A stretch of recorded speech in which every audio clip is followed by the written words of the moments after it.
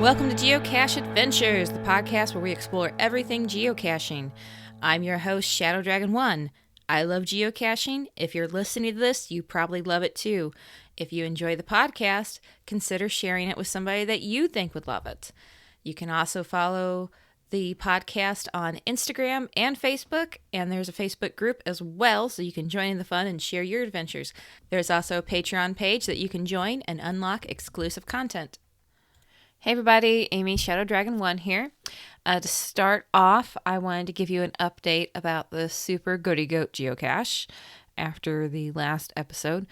First of all, thank you everybody that reached out with encouraging words. I really appreciate it. That meant a lot to me.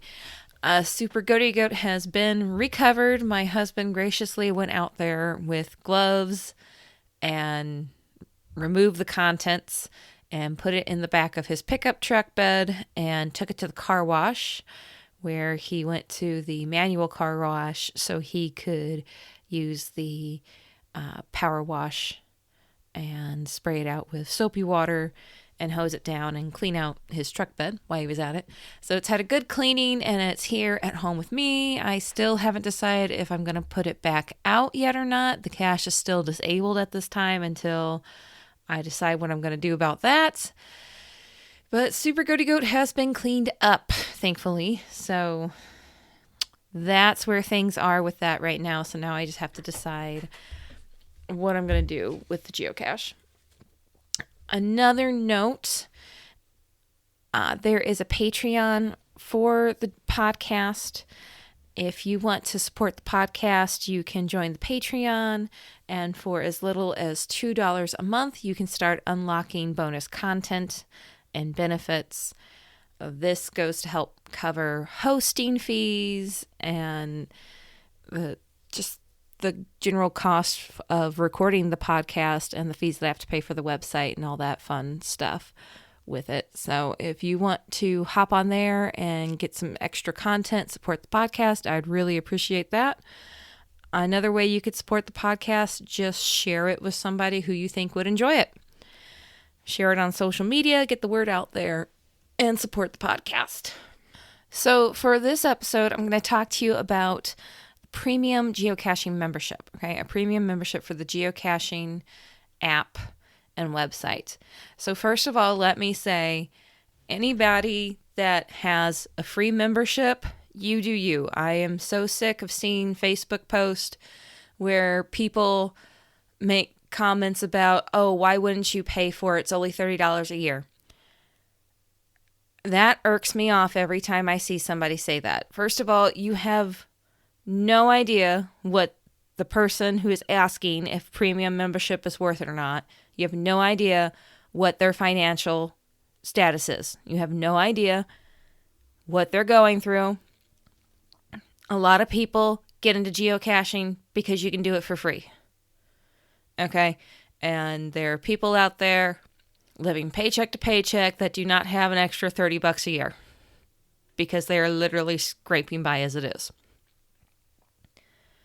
So enough of this crap about it's only $30 a year. If you feel that way and $30 a year isn't that big to you, you can gift a membership to people. Okay? So if you're going to be one of those people out there that says it's only $30, why can't you afford $30? You know what? If it's no big deal to you, then why don't you gift that person a membership for a year? How about that? Okay, so I'm going to get down off my soapbox now, but just keep that in mind, people. Let's not judge people just because they're asking if it's worth the cost of the membership, okay? So anyways, so the free basic membership allows you access to all non-premium geocaches, but there is a bit of a catch, okay? If you are using the app will limit you to the geocaches that you can access. It has a limit on the DT combos and the types available, but that's only in the app. If you go to the website, you can access all the non-premium geocaches through the website. So with smartphones, if you find a geocache on the map that you want to go to, but the app isn't allowing you to use it, switch over to the website, geocaching.com, log in there, and you'll be able to search your area that way. So that way, using the website, you can access all free non-premium geocaches. So the premium membership, which is a paid subscription, it costs you in US dollars $39.99 per a year, or you can pay for it monthly for $6.99. However, if you do the math, if you're paying for it monthly and you pay for it for 12 months, you're paying $83.88 per year if you're on the monthly subscription plan. So if you want to start out on it and just pay for a month or two to try it out and see if you like it. If you like it and you decide you want to keep doing it, then I suggest you switch over to that yearly subscription if you can, because paying it for the year, you're going to save a total of $43.89 a year by paying it for a yearly subscription versus paying for it per month. Okay. So keep that in mind. What you're paying for is access to a whole bunch of additional features and benefits here. So you have full access to everything in the geocaching app. As I just said, on the free membership, the app limits what you can access. You can access everything online for the free membership. That's a non-premium geocache. But if you're paying the subscription for the premium membership, you can access everything in the app. That's all the free geocaches. I keep saying free geocaches. All the non-premium geocaches, all the geocache types, and all the premium geocaches. You're getting that when you pay your subscription, but you're getting more than that. So you also have additional maps available to you in the app when you're using a premium membership. So you have the road maps, the satellite maps, the hybrid road satellite maps. That's the one that I like to use. And you also have, as a premium feature, a trails option.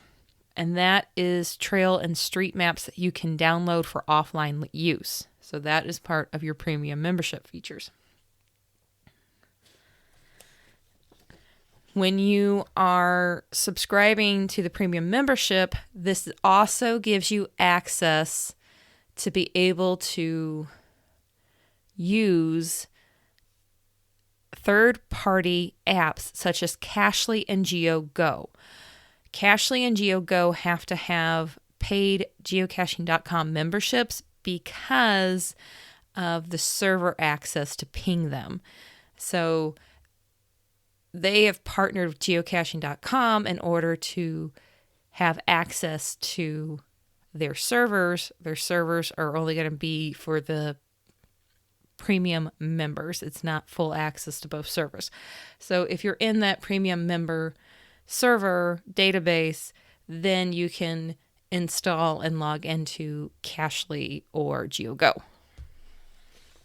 And those are actually two very popular apps. A lot of people tend to like one of those or the other over the geocaching.com app because it has so many additional features than what is in just the geocaching.com app. There's also additional member-only tools when you have the premium paid membership. So some of these tools are really helpful. One of them is that you get to see the Adventure Lab pins on your map in the geocaching app instead of having to log into the separate Adventure Lab app to view the pins. Now, you still have to load the Adventure Lab app to do the Adventure Labs. When you click on the Adventure Lab pin, it's going to launch that app for you if you already have it installed. But it makes it a lot easier to see Adventure Labs in your area. You also have access to the street and trail maps that I mentioned before, and you also have access to advanced filters, okay? Now, these are filters in the app. You also can filter online, but these filters are in the app. And you can filter by type of geocache, size, difficulty, terrain, attributes list. And note that if you're searching in the app, they're limited to basically the most popular, most common attributes in the app. If you go on the website, you can filter by any of the attributes. You can also filter by minimum number of favorite points. A lot of times when we have these mini games within the geocaching app to earn additional souvenirs and stuff, you can be awarded additional points for finding geocaches that have 10 or more favorite points. So you can use that filter right there to help you identify those geocaches a lot quicker. You can also hide geocaches that you have already found from your map, and you can also hide geocaches that you have hidden from your map. So those are all filter options you get with your premium membership in the app. You can also change your view from the map view to the list view and filter by distance away from you, geocache name, favorite points, and average ratings. I'll often use the size and DT options when I'm filtering for geocaches that I'm looking to find with my son. So when I geocache with him, I try to find larger geocaches or ones with really high favorite points, or, depending on the amount of time we have to do a quick one, I can filter the difficulty and terrain level for something really quick, even if I'm just by myself, but then that's really helpful when I have him with me. So, he's going to get bored and lose interest if we're doing a super difficult one that takes forever to find. So those are some advantages to using the filters there. One of the options in the app that I absolutely love and use is the list options. So the lists allow you to create a list of geocaches that you create, and you can download that list for offline use. I like to use them for my earth caches that I have found, because if you go through the Geological Society of America, and there are different little badge icons you can earn that you can put on your geocaching profile for finding different earth caches in different number of states and stuff, and you have to be able to put in your GC code in order to submit to get that little icon. And so if you have a list of the ones that you have done, it's a lot easier to go straight to it and be able to put in the information.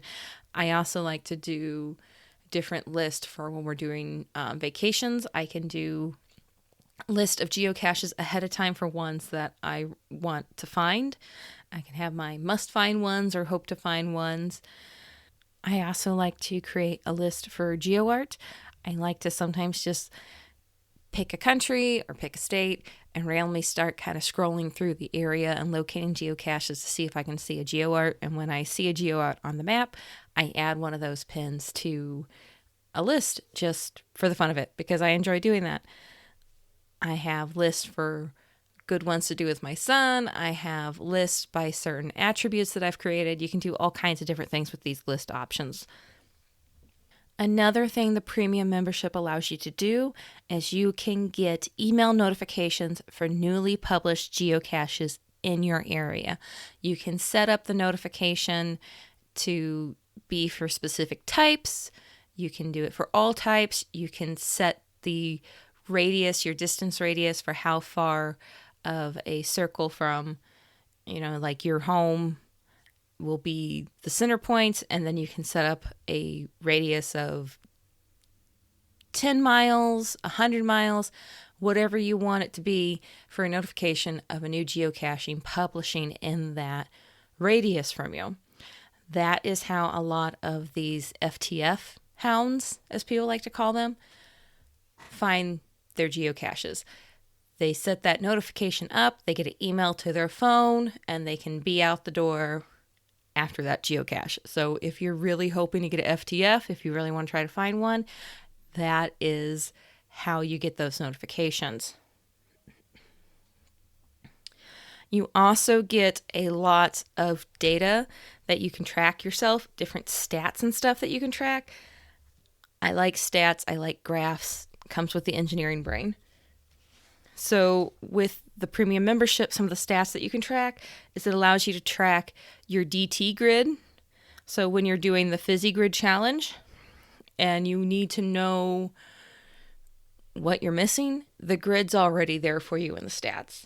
It also gives you stats on the geocaches that you have found, by type, and it'll show you the total of each type that you have found and the percentage, your total percentage. So if you have found 300 geocaches and you have found 30 mystery caches, it's going to show you that you have found 10% of your finds have been mystery caches. Quick example there. It's going to give you your find rate, so how many you have found per month, an average find rate, what your longest streak is, what your longest slump is, your current streak, your current slump, your best day, which is the day that you have found the most geocaches before. It's going to show you your best month and your best year, and your finds per month, and a yearly breakdown. It will also show you finds for each day of the year, distance stats to different finds. It'll break it down and show you have found so many geocaches within a mile of your home, so many geocaches within 10 miles, and so on. So you can see how far you're traveling and geocaching. It also shows you maps showing you the countries that you have found geocaches in and the U.S. states that you have found geocaches in. So if you're tracking souvenirs and counting countries and states, that's a great way to keep track of it all. One stat that they track that I find that I think is really fun is it shows you your milestone stats. So it'll show you your geocaches that you found at your milestones. So for your first one, 10, 50, 100, your milestones that geocaching.com counts for you. You can go there and it'll show you what geocache you logged at that milestone. This is really helpful if, say, you're doing a big power trail or something, you got a big event, whether you're getting a lot of caches and stuff going on, you hit a milestone and you forget your exact cache that you got the milestone for, you can go look at it, or, it's just fun to look back at and see what you did over the years for those different milestones and what caches you got, and are those caches archived or are they active? Another premium feature is favorite points. So those favorite points that we award to geocaches, you get favorite points that you can award to those geocaches when you're a premium member. So for every 10 geocaches you find, you are given one favorite point that you can then award to a geocache. You can award them in the app, or you can award them on the website. So you can award them either way. You're also going to receive advanced notification of new features, souvenir opportunities, and exclusive announcements by email. When you're a premium member, you can sign up for those. You also have access to the Pocket Query tool. You can use the Pocket Query tool to find geocaches along a route. We talked about this back in Season 3, Episode 14, and I will link that in the show notes. If you want more information on Pocket Queries, I recommend you go back and listen to that episode. And last but not least, when you are a premium member, you get access to experimental features in the geocaching app. Now, you will have to go into the experimental features and turn on the ones you want to use.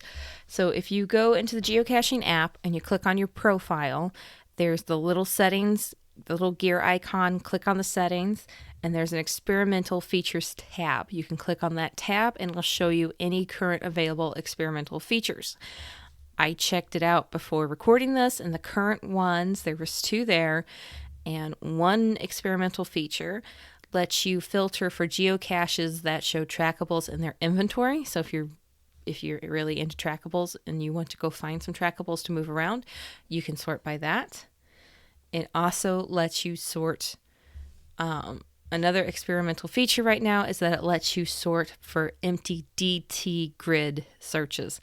So if you're trying to complete the fizzy grid, you can enable this experimental feature to help you find geocaches to fill in those missing grid combinations, which is pretty cool.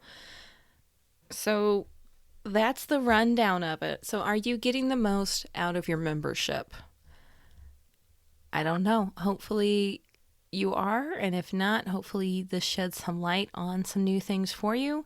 I learned a lot about the membership. Actually, I learned a lot about the different features by researching for this podcast. Some of the stuff I knew, some of the things like experimental features I was not aware of until I started digging into this more. So I hope that was helpful for you guys.